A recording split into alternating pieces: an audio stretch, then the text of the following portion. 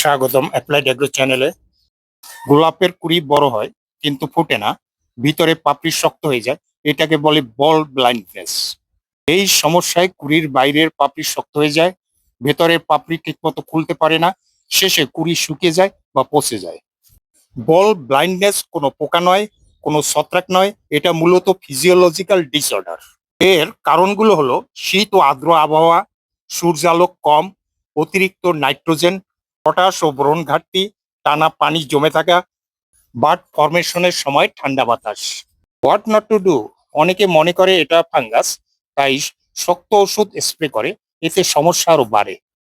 Solution: সমাধান সহজ কিন্তু নিয়ম মেনে করতে হবে। সমাধান: রোদে রাখুন 6 থেকে 8 ঘন্টা, পানি জমতে দেবেন না, নাইট্রোজেন কমান, পটাশ বাড়ান, বোরন খুব অল্প মাত্রায় প্রয়োগ করুন। বল ব্লাইন্ডনেস হলে ভয় নেই, পরের ফ্লাশে ঠিক হয়ে যাবে যদি যত্ন ঠিক থাকে।